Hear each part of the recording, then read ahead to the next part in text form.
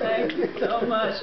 First, giving honor to God and to my beautiful, loving, caring, magnificent pastor, to my first lady who wears the same titles, loving, caring, magnificent, to my mother, church, my whole church family. I want y'all to know y'all spirits was alive and well in Beaumont, Texas, and San Antonio, Texas, and Three Rivers, Texas, and where else did I go? Wherever else I went. The love and the spirit of 37th Street Baptist Church was with me, and wherever we go, you know, it's a piece of us. Wherever we've gone, like we leave a piece of us there.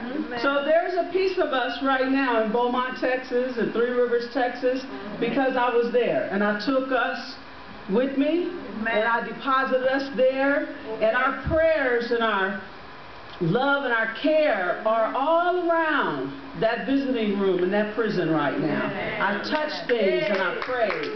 And I held on to those boys and I prayed. And people came and said, you know, oh, your family has so much love. It's just pouring out on us. And, oh, you guys are so happy. And the smiles on your face and the love you have, it's touching everybody from the marshals down to the inmates to the people who were visiting. One woman on the second day made it a point. She had tears in her eyes, or almost tears in her eyes. She said, I want you to know your family has been so helpful to my son. My son hasn't had any joy in years. But just watching you and your boys and your whole family gave my son some joy I haven't been able to give him myself. And I just want to say thank you. So I want to personally say thank you to 37th Street, my pastor, and to all of you.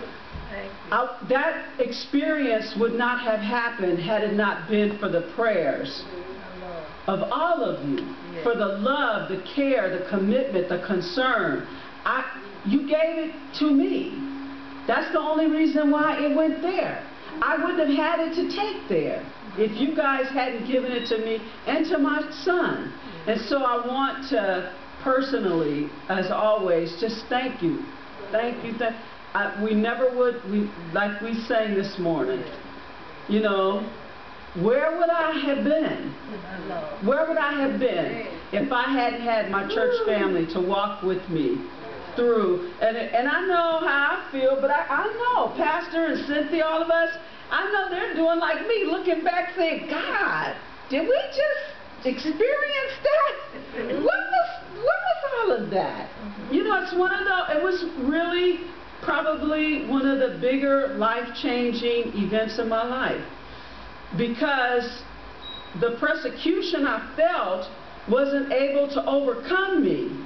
And so that was because of the prayers I had from you guys and the support I had.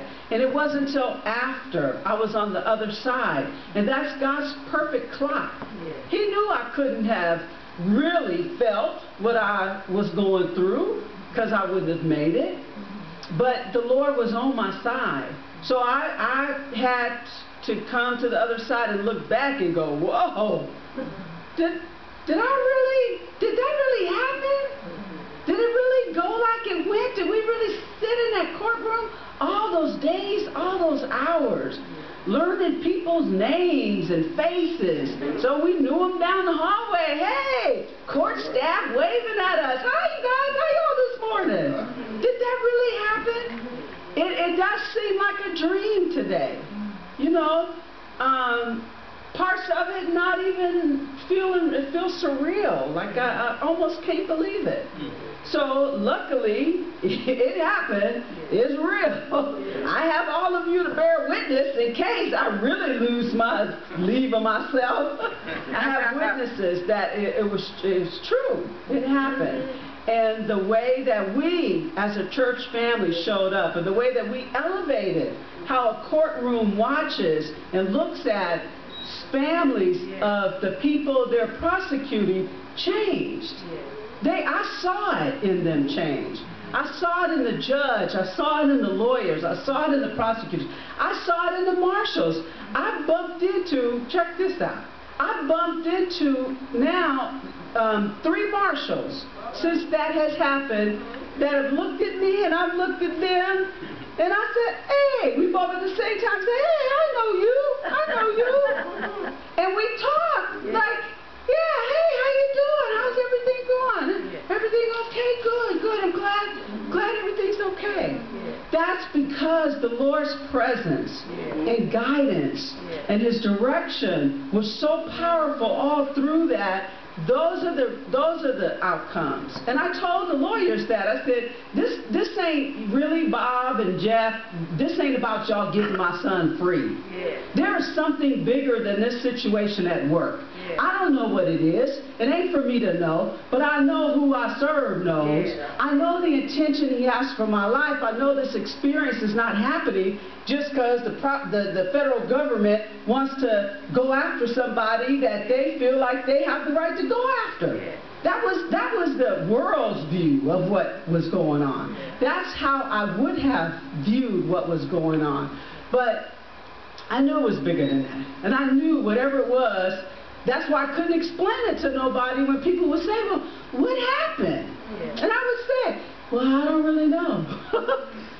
Well, why is your son in jail? And I said, well, sort of I know what happened, but not really. I was never able to explain it to anybody in a way that they really understood. I didn't understand it. And time and God's love, grace, and mercy, the Lord's just infinite power working all through this, the Holy Ghost working all through this. I felt like I saw Trinity with my own eyes. You know that spiritual experience that's bigger than anything you ever seen? I felt presence of the Trinity throughout the whole process. The culminating experience was walking up in that prison that day and seeing my child. And then watching him, he came out first. And then having his brother come out. And just sitting there with them. And just touching their hands. And just telling God, thank you. Just laying